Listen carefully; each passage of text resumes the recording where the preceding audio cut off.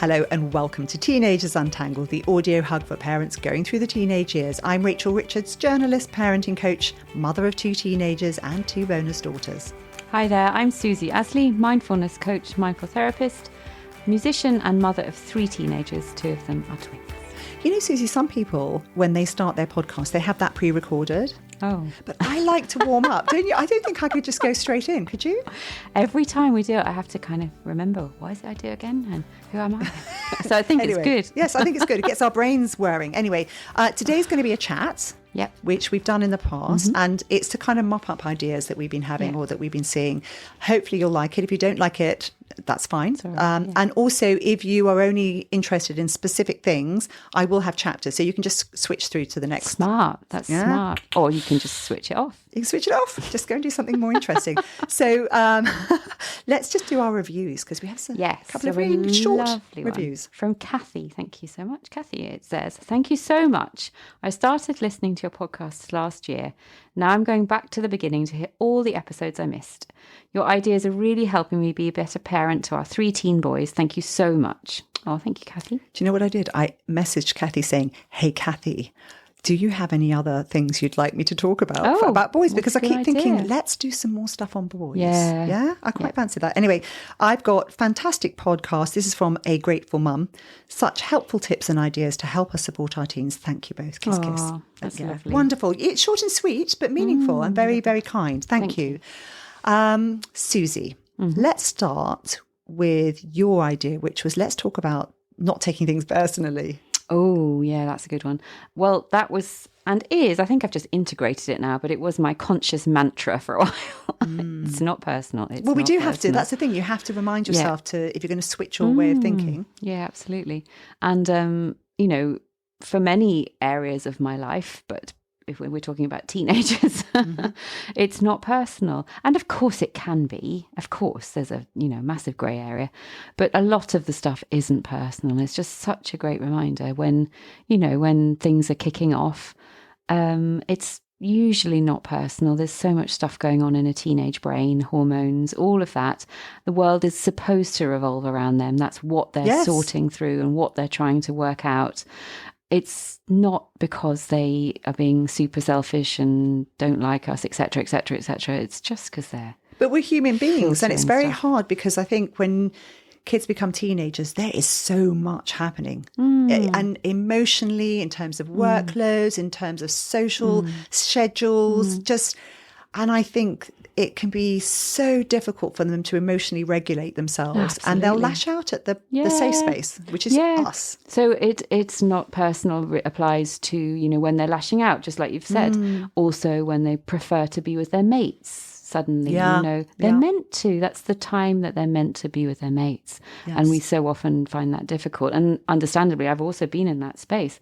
But we have to, if we can then remember it's not personal, then it's really helpful. Yes, and my daughter's dating, and she, her partner's in a completely different city, and often I won't see her at all at the weekends.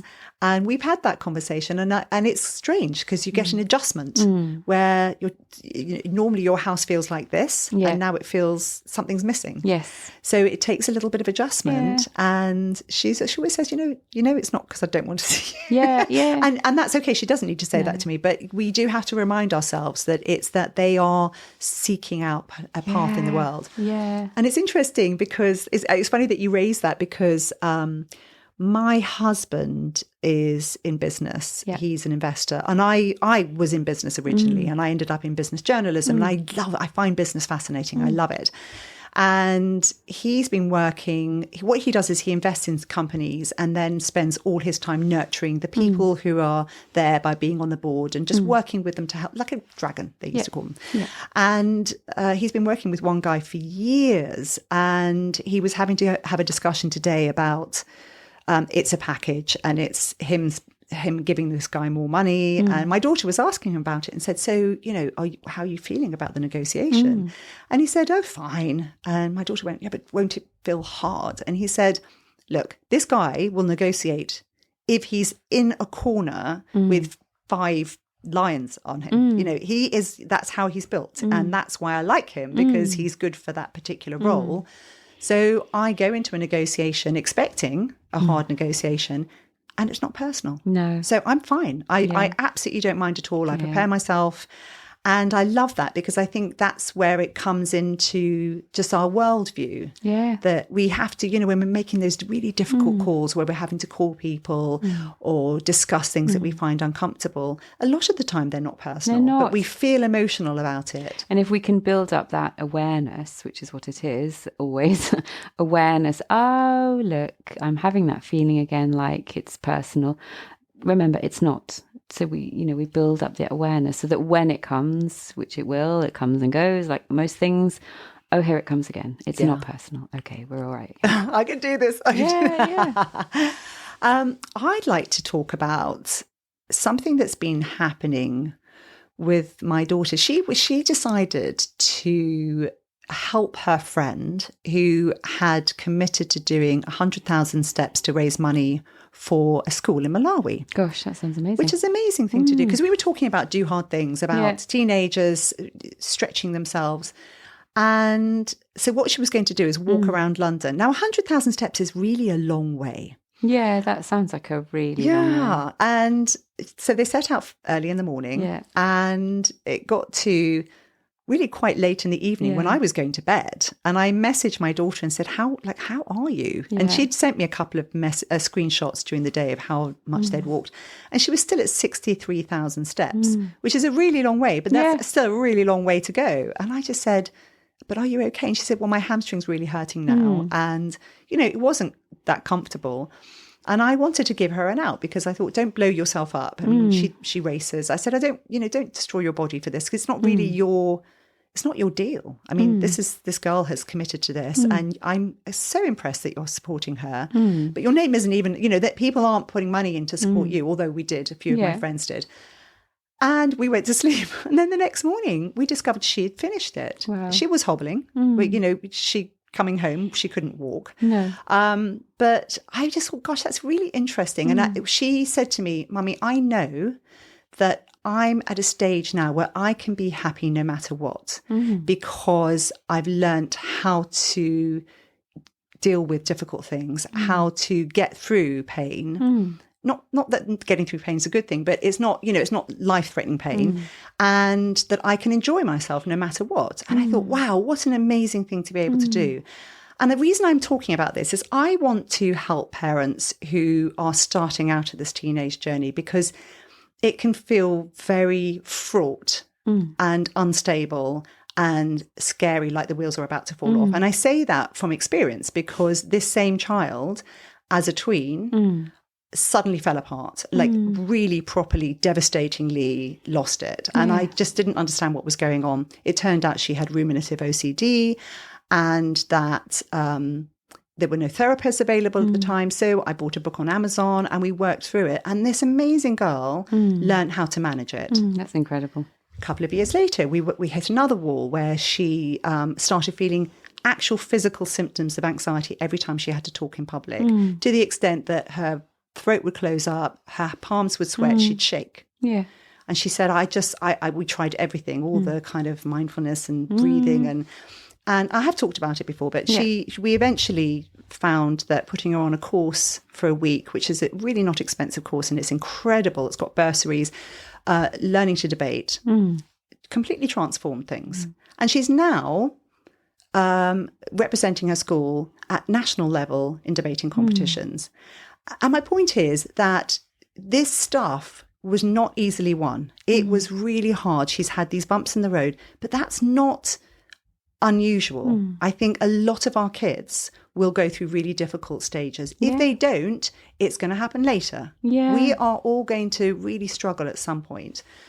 And I think that's such an important point you make, really crucial, because we do have this kind of idea, most of us adults as well, that, life is supposed to be straight roads, plain sailing, and that we're kind of almost owed a problem-free life. Yes. And that, when the stuff goes wrong, when the SHIT hits the fan, which it will, it feels super unfair. Like we imagine that everyone else has got this straight, plain sailing road and that we've got this problem and it's so unfair. And we use huge amounts of energy trying to get rid of the problems and go back to this, what we feel is owed problem-free life. And if we can change that thinking of like, no, stuff happens to all of us. It's supposed to, it's just life. And, you know, some of us are luckier than others. Some people have real, you know, really difficult stuff chucked at them and some of them have minor, but nobody goes through life without anything. It just doesn't happen.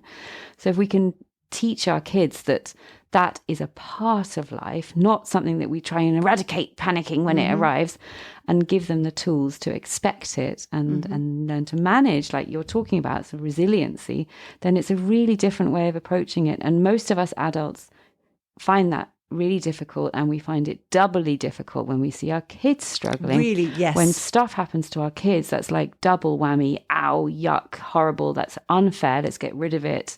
And the sentiment is completely natural and normal. Of course, we don't want to see our kids suffering. Of course, that'd be weird if we did.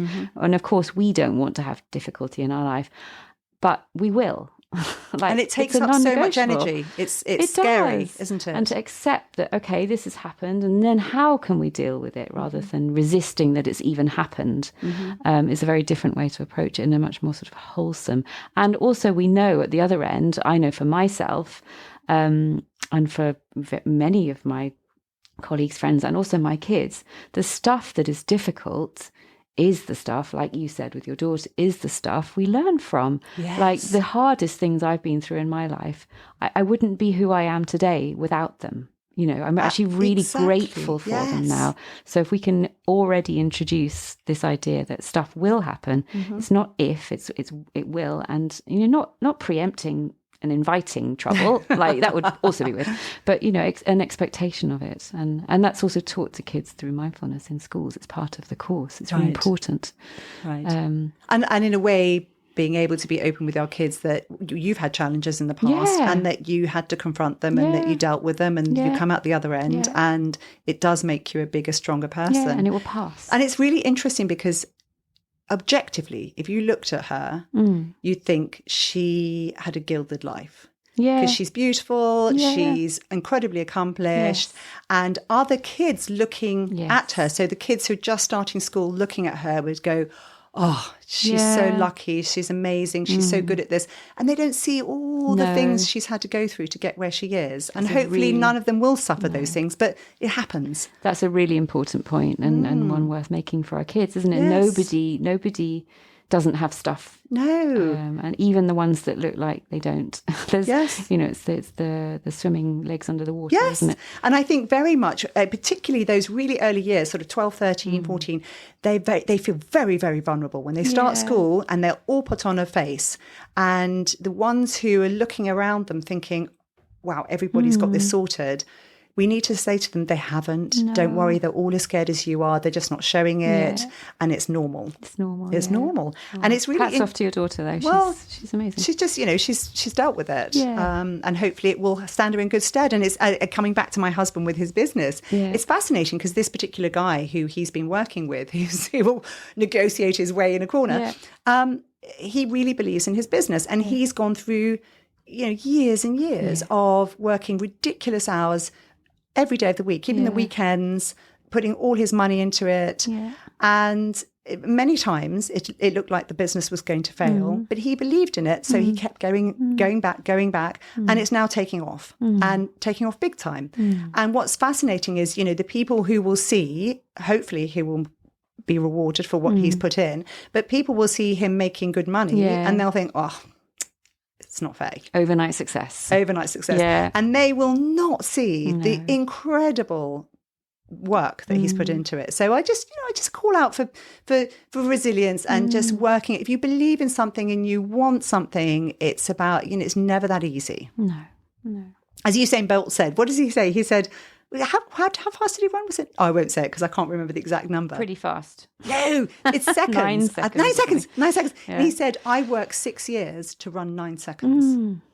And he said, and then people give up after 2 months when they can't get something. That's so true, isn't it? It's so true. Yeah, we have to keep that in mind. Yeah, coming back to the kind of conscious incompetence. Yeah. That's a long time, isn't it? As a musician, I remember at music college, there are people, people arrive, and musicians that, they arrive in their profession at different levels. And it's not all, some people have been to music school since the age of whatever. And, they start, they seem more accomplished earlier, all through the career as well. And I'm sure you can apply it to all sorts of careers. But I remember thinking and talking to a teacher as well, like everybody who does really well as a musician, at some point in their career, in their journey, they have practiced their butts off. Yes. Like at some point. Absolutely. And they may look like they're kind of maybe easing off right now, and you think, oh, it's so unfair, they can just do it. But at some point, to get to the top, I mean, not everybody, but, at some point they have, they've put their shift in. It's talked about in the book by Matthew Side Bounce. They, all these stats, they're all in there. And I remember my daughter coming home from school when she was at junior school, and she was playing the piano. And the girl that she'd become best friends with was South Korean. And she came home crying one day, and she said, Mummy, it's really not fair because she practices as much as I do, 10 minutes a day, and she's amazing. And I said to her, wait a second, sorry, where is she from?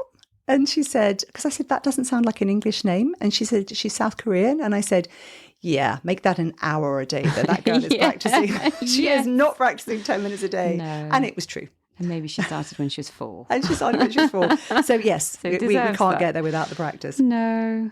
Now, moving on, I was with some girlfriends. So they're the mothers of one of my daughter's friends. And so all the daughters wanted to get together. And one of the mothers said, hey, why don't we just all do this as a girls' night in? How nice. We all stayed together. It was lovely. We had supper and chatted. And this gorgeous mum she just radiates kindness and love, and sat there going, my daughter seems to be developing into a relationship, and I don't know, what am I doing? What do I do? The boy comes around to my house. What do I say to him? How do I don't know what I'm doing. It's happening too quickly. And I asked my daughter about it, and she said it's not that quick, but it feels quick. For her it is, yeah. Well, that's it, because we're not there every moment of the day. We don't see how slow burn some of these things are, but it feels really quick, doesn't it? Because you've been through this with your son. Yeah, he had a relationship when he was in school. He's now at uni and has a girlfriend, a different one now, which is they spend a lot of time together. But he's at uni now, so that's it's different. Yeah, it's different. It's different because I think the thing is, because I've been thinking about this, it's that. It's different from them bringing home one of their friends because there's an emotional line between the two of them that's much more intense. And for you as a parent, I remember reading this thing where it says that when you have a child, a bit of your heart is taken out and wanders around the world without you. And it's you feel very vulnerable. And I think is that you look at them and you sort of feel like, oh, hang on a second, I can't. It's kind of accentuates that sense that they're away, but also that they're vulnerable. Yeah. And we feel vulnerable. Yeah, we do. And I think it changes the family dynamic. We have talked about sex in the home. We have, We just listened to that episode. Yeah. Let's not go into all of that. No. But we did talk about it in detail. I'll put the link in the podcast. I think it was episode 3. It was early. 4. It was really early. Yeah. The flip side of all of it, though, is that, what's the alternative? Like, just that they never have. Well, no, the alternative of them coming home with a partner and we don't really have much control over any of it. No, like we think we have, and maybe that's what it is that you have no control. That you have this suddenly confronted by this idea of your child is emotionally invested in somebody, and what do you then do? Well, just be normal. Just be normal. Just like, hi, how's it going? Hi. Because if you're not, they probably hang out somewhere else. Yeah. And you won't have anything to do with it. And, just get on board. Yes. I mean, what was funny was the mother mentioned this boy's name. Yeah. While we were talking together, and she was in a different discussion, but she blanched and she turned and said, Mom, why do you keep bringing his name up? So it's a thing for her. So they're all, but the whole point is, I think we need to try to relate to how they might be feeling, because our brains are really good at editing the bad stuff in our lives, because, who wants to dwell on that? And actually, I think we often forget how incredibly raw it feels and exciting and fearful. But is the daughter stressing about it, or is it just the mum? Because I don't think the daughter's stressing it. I think the daughter doesn't know she doesn't know where she's at yet. No. It's not a proper relationship yet, but it's just, but I think it's very raw. When you're falling in love, or you're having even butterflies about somebody, you feel so exposed. You don't want your parents going, ooh. No, that's the thing. They want you just to go, right. So you don't want them to even talk about it. Yeah, you want it to be normal, because you feel so abnormal, because you feel like every look is intense. Every touch, anytime someone mentions their name, you're heightened, right? And but you we want, forget that. And maybe you do want to talk about it. Like, I know for my eldest, I think it was really important to him. I know it was really important to him that we met his new girlfriend, and that also then afterwards, did we like her? It's really important. But we tried to be as cool as possible. I don't know how well that went. Yes. And get on board and just be welcoming as possible. Absolutely. Make it as normal as possible. And we need to be the brains of the operation. They're not able, because this is a big thing, they'll be emotional about it. So we need to just be calm and be able to process it like an intelligent adult that we are. And then they can only focus on how they're feeling rather than batting us off. Yes, or having to cope with our emotions. Because that's just that's way too much. If they feel like suddenly they've got your emotions as well as all the things they're feeling, they're just going to push you away. It's not their problem. It's not a good thing, is it? And it's a very interesting one, because I'm going to talk about same-sex relationships, because one of my children is in one. Yeah. And I hadn't ever thought about it, because it just it wasn't something that we'd discussed. I've got a lot of same-sex friends. Yeah. Friends who are in same-sex relationships, and ever since university I've hung out with a lot of people from the homosexual community, and so it doesn't really bother me at all. It's not something that's ever been an issue for me. And when she started to develop feelings for this girl, I thought, ooh, I can see they were communicating all the time. And I was like, oh, is there something going on? And she was like, no, I don't know.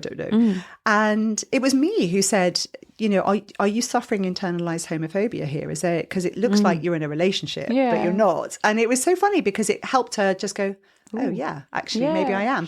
But amazing. Not that I'm trying to encourage her to go in any direction. No. I'm just, wanting to give words to how she feels. And I'm very comfortable and relaxed about it, because what I realised that I hadn't thought about relationships before this, if I'm honest, because you always think you have more time. Yeah. There's no one, suddenly there's someone. Yes. They met them. Yeah. And 2 minutes later, they're suddenly calling you saying, I've just met somebody. And you think, what?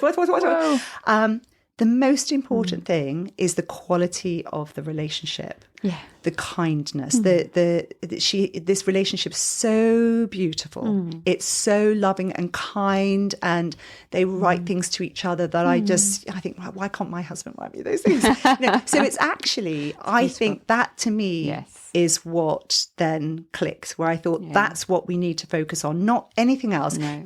Are they rich? Do they come from the right family? Is it a boy? Is it a girl? None of that. No. What is the quality of the relationship? And that comes down to how they feel about themselves, doesn't it? What are they attracting? Because if they're with somebody who's treating them really badly and they're seemingly okay with that, then that's very worrying. Yes. Then they need to be, then there's something wrong with how they see themselves, and it's not really about the relationship, then, is it? It's how they're communicating. That's all of it. Yeah, all of it. And welcoming them into the home, whether some, of course, we're going to click more with some than others, but, just being cool, being nice, so that they can make their own choices and decisions. And remembering that they probably feel really uncomfortable. This is your turf.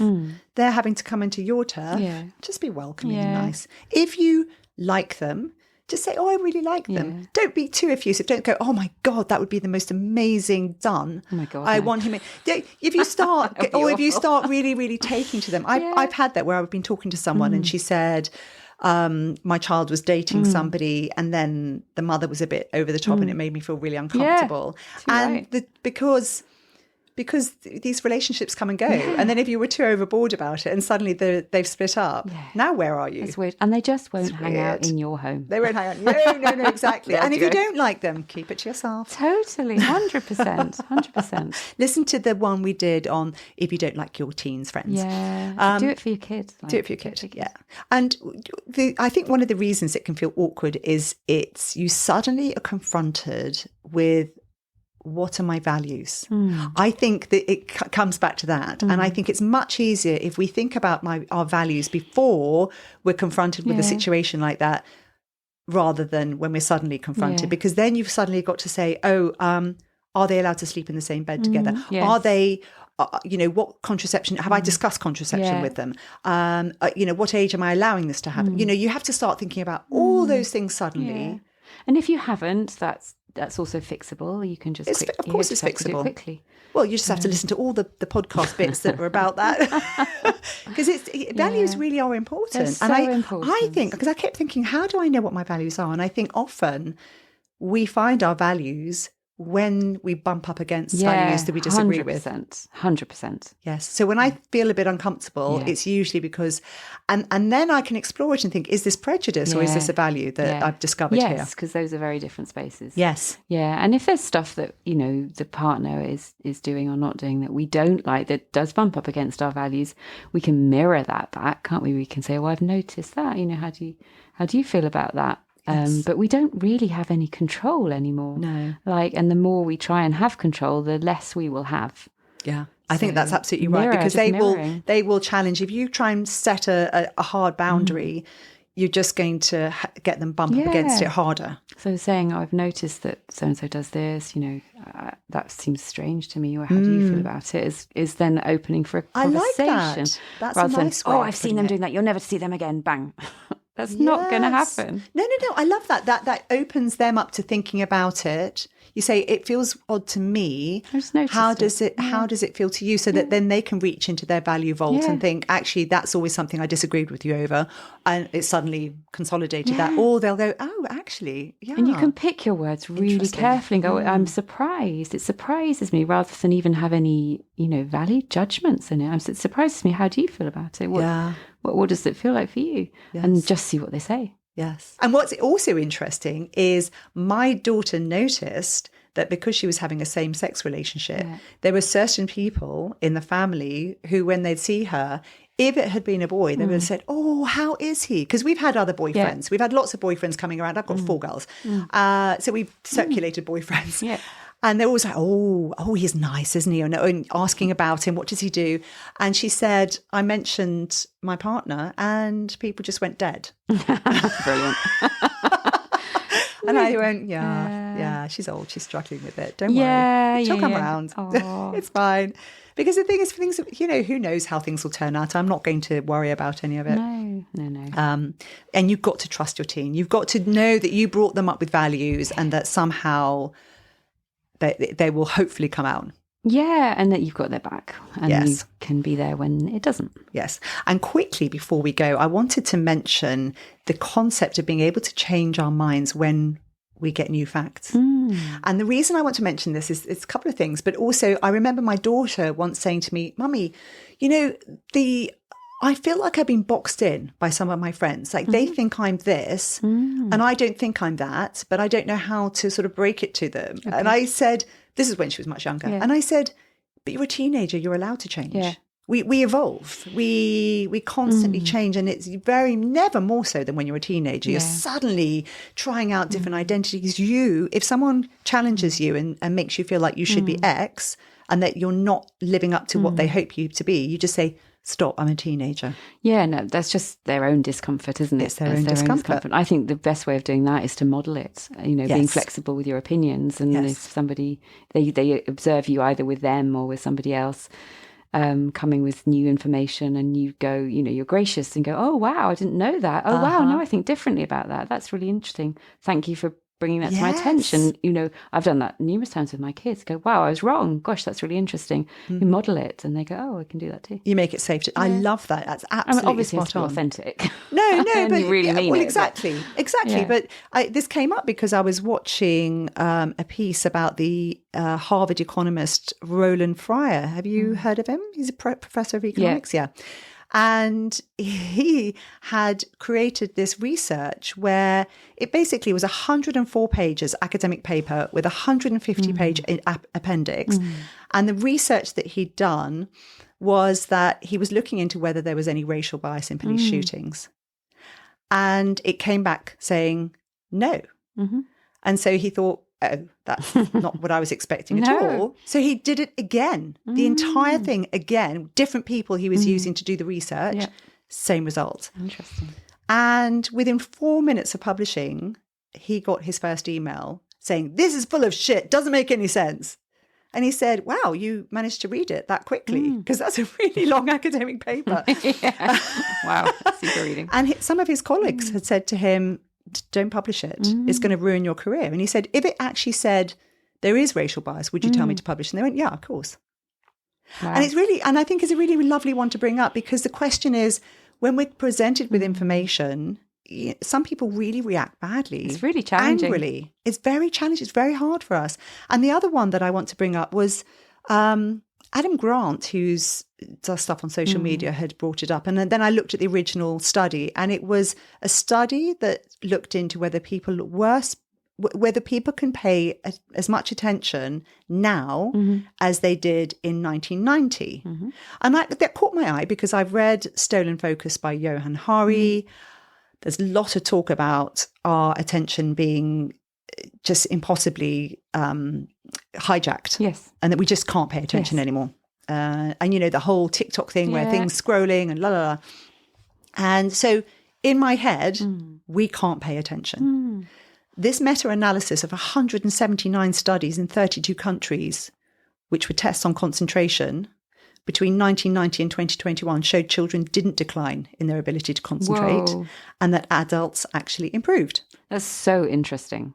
That is It's really so interesting. And which is why I went back to the study, because I thought, really? Look at that. Because we all think, and my husband, I mentioned this to him, he said, that's absolute rubbish. Yeah. You know, everything you look at says, you know, when you look at the math syllabus, it's been stripped back, right back. You know, people are studying at university stuff that I was studying at A-level. And I said, yes, but that doesn't prove that people can't concentrate. No.